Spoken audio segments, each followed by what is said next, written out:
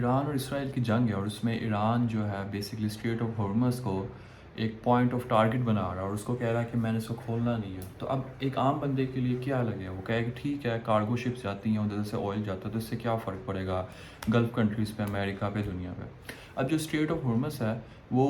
Golf countries کی سمجھ لو life line ہے. لائف لائن سے مراد کیا, بیسکلی اگر انہوں نے کبھی بھی تیل بیچنا ہے وہ اسٹریٹ آف ہارمز سے جائے گا, جس میں سعودی عرب, عمان, بحرین, یو اے ای, قطر, بہت سے جو گلف کنٹریز ہیں وہ اسٹریٹ آف ہارمز کو ہی یوز کرتے ہوئے اپنا تیل بیچتے ہیں پوری دنیا پہ. اسپیشلی جو انڈیا, چائنا, پاکستان اور اس طرح کی جو ایشین کنٹریز ہیں جس میں انکلوڈنگ جاپان اور ساؤتھ کوریا بھی آتا ہے, ان کو یہ لوگ بیسکلی تیل بیچ رہے ہوتے ہیں.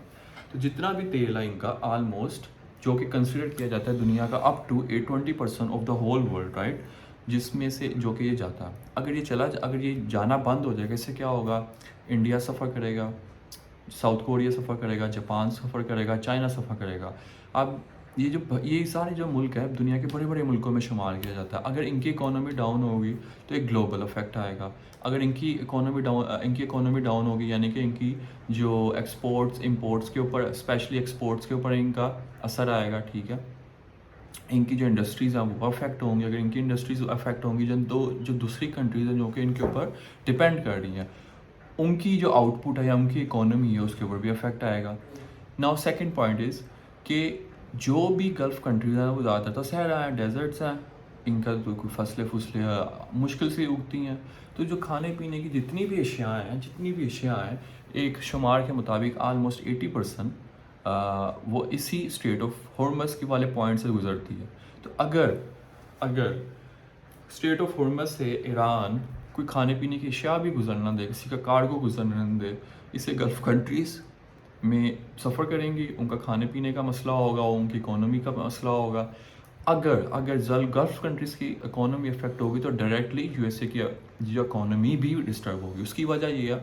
کہ جب گلف کنٹریز نے almost like 70 years back, right, جب انہوں نے اپنا تیل بیچنا شروع کیا, اسپیشلی جب ارماکو جو کہ امریکن کمپنی ہے, انہوں نے سعودی عرب سے تیل نکالنا شروع کیا, تو امریکہ نے بیسکلی ان گلف کنٹریز سے 1 by 1 انہوں نے ڈیل کرنا شروع کر دی کہ جب بھی آپ تیل بیچیں گے اپنا تو آپ نے ہمارے پاس ایک احسان کرنا, اور وہ یہ احسان کرنا کہ آپ نے تیل صرف اور صرف ڈالرز کے عوض ہی بیچنا. ڈالرز کے علاوہ آپ نے کوئی بھی چیز معاوضے میں یا جب سیل کرتے ہوئے آپ نے کوئی بھی چیز نہیں رکھنی, کوئی بھی چیز نہیں ایکسیپٹ کرنی. اس سے یہ ہوگا کہ ہم آپ کو آپ کی جو بارڈرز ہیں, آپ کے جو مفادات ہیں, ان کو ہم پروٹیکٹ کریں گے. اس سے یہ ہوا کہ جب سے ڈالرز کی جو بیکنگ ہے وہ گولڈ سے ہٹ کے پیٹرولیم کے اوپر ہو گئی, آئل کے اوپر ہو گئی, تب دنیا میں آئل کی ڈیمانڈ تو رہتی ہے. جتنی آئل کی ڈیمانڈ رہتی ہے اتنی ہی ڈالرز کی ڈیمانڈ رہتی ہے, کیونکہ آئل خریدنے کے لیے ان کو ڈالر چاہیے ہوتا ہے. اب